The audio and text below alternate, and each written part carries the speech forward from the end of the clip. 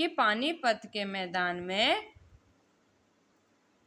ہمون بقال سے بڑا موقع پڑا کہ پانی پت کے میدان میں ہمون بقال سے بڑا معرکہ پڑا۔ ناگہاں ہیموں کی آنکھ میں تیر کاری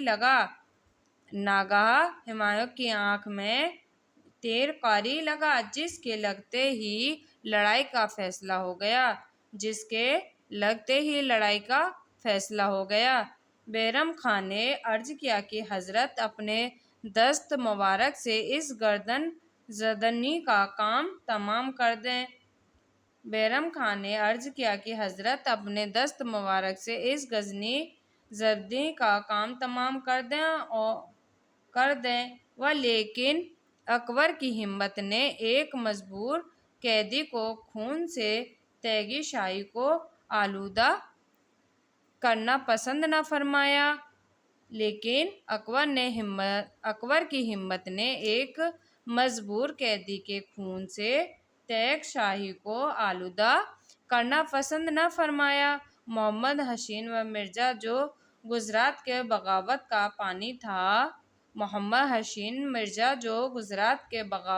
پانی تھا، جس وقت میدان جنگ سے گرفتار ہو کر آیا ہے تو شاہی خدام سے پانی مانگا، کسی نے نہ دیا۔ اکبر نے یہ بات سن پائی، فوراً آب خاصہ طلب کیا اور اپنے جانی دشمن کی پیاس بجھائی۔